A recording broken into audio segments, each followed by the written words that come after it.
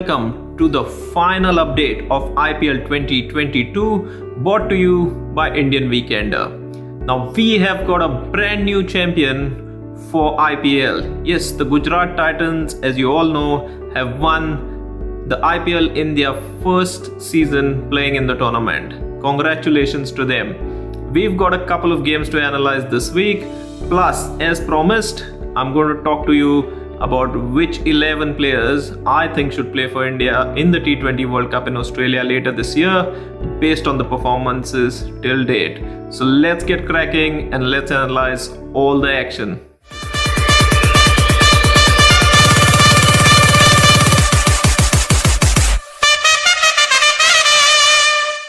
Let's start off this week by talking about the virtual semi-final between the Rajasthan Royals and the Royal Challengers Bangalore. Now, as you know, on paper, this was an absolute mouth-watering contest with stars loaded on both sides and in both teams. But I've said this before that to win a long tournament like the IPL, you need a lot of contribution from a lot of players. You need a complete team effort. Now, Royal Challengers Bangalore haven't managed to get that this season. The only reason they've got to where they've got to is because of two or three individuals like Dinesh Karthik with the bat, Rahul Patil to some extent late in the tournament, and also due to Rahul Patil with the ball. But their big guns like Virat Kohli, Faf du Plessis, Glenn Maxwell have all failed to fire in this tournament. So what happens in the semi-final is that they fail once again. All the big guns fail once again, and because of which Royal Challengers Bangalore batting first couldn't manage to put on a good fighting total. Now, chasing only about 160 odd, if there was any chance that Bangalore were going to make a comeback in this game, they had to pick up early wickets.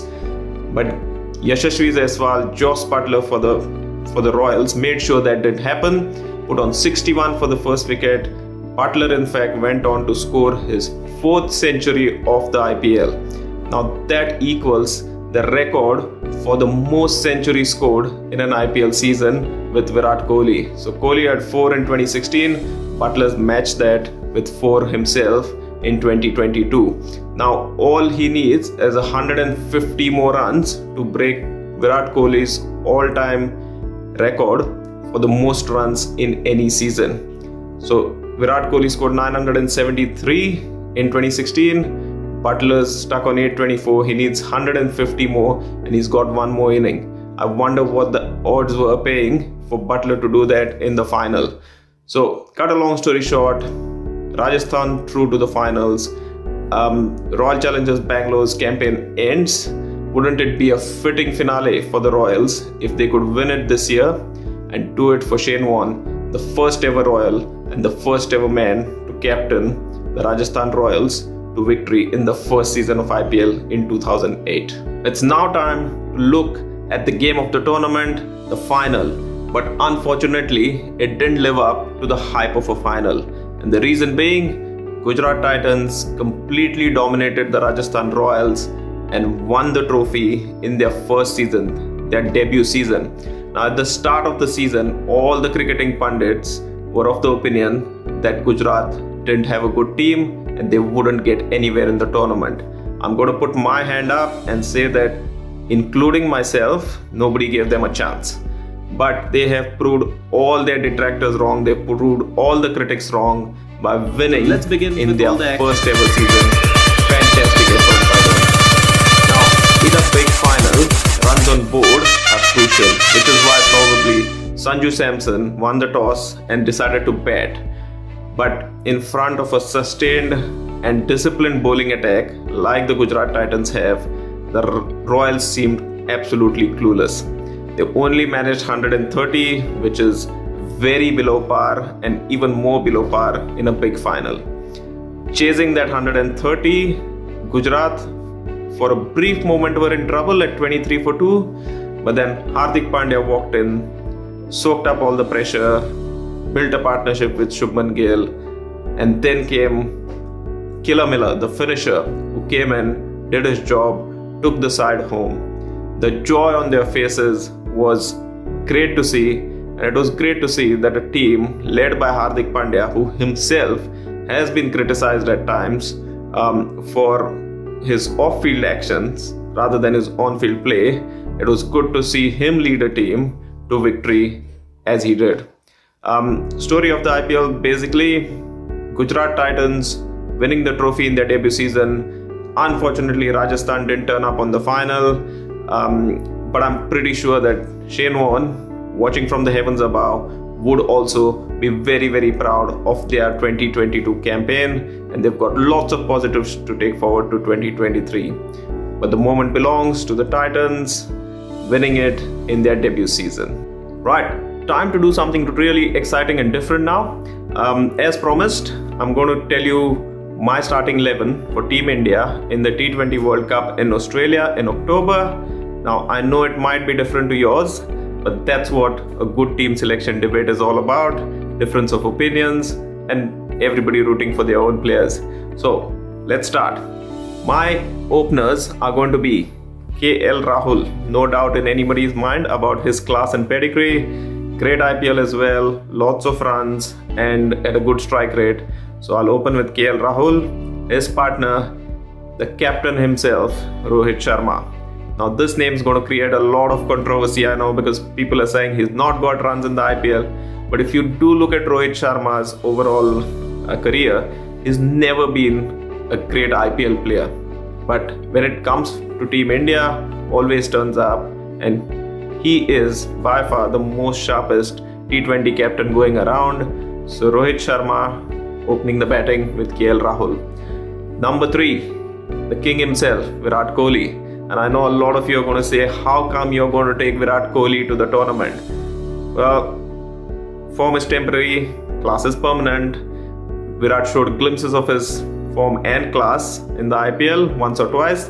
I'm sure there's a lot of time between now and the World Cup. He's going to be back, and his form in Australia especially and record in Australia has been phenomenal. So there's no way I'm not taking Virat Kohli to the World Cup. Can't even think about that. He's going to bat at number 3 in my 11. Number 4, Surya Kumar Yadav.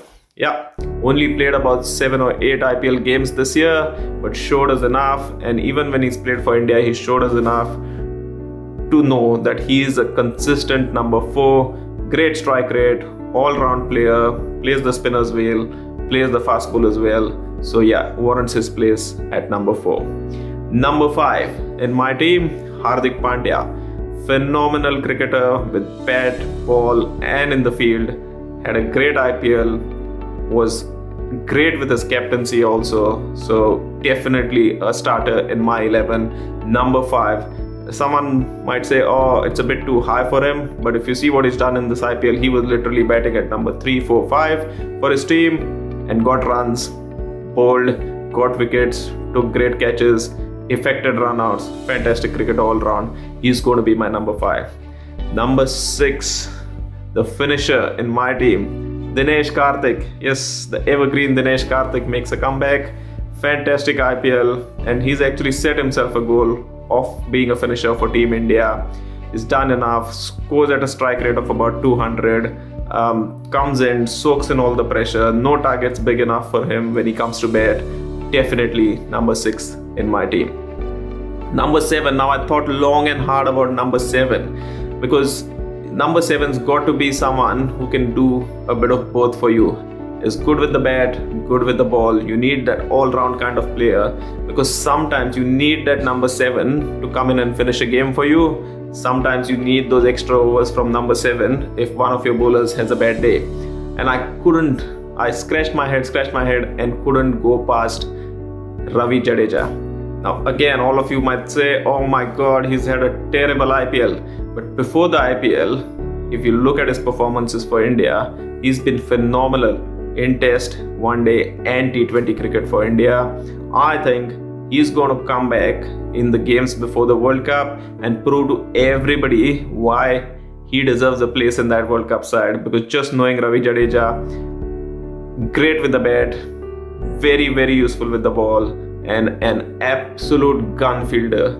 Now on those massive outfields of Australia and those massive grounds, you need someone who's a great fielder. He's quick on the turf.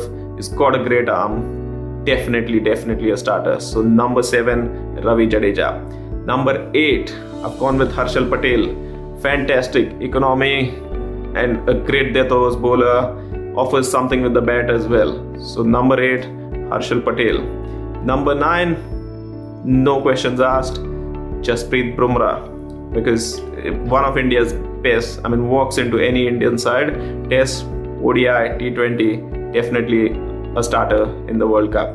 Number 10, I've gone with a bit of experience. Now again, you might say that, is he past it? Is he there? Has he still got it? But I've gone with Bhuvneshwar Kumar because in this IPL, he actually showed us his worth.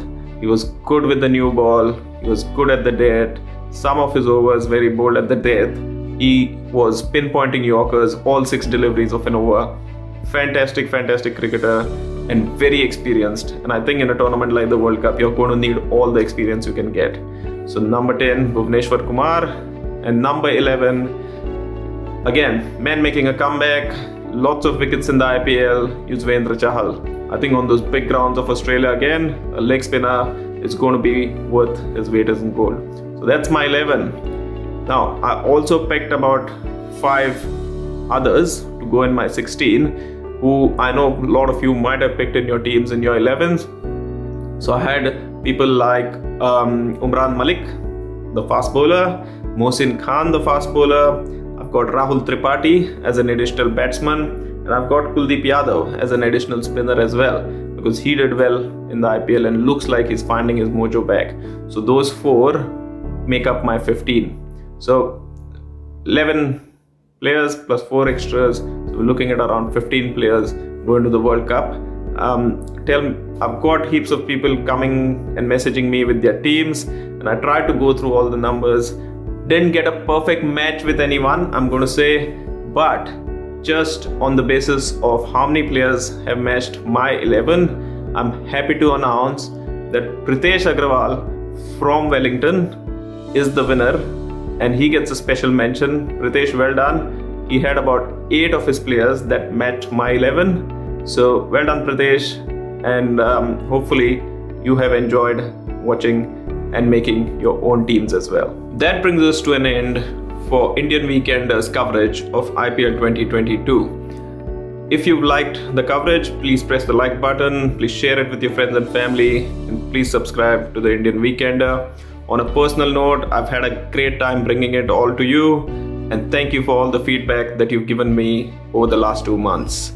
Until next time, take care and keep enjoying all the fantastic cricket that's going to follow the IPL.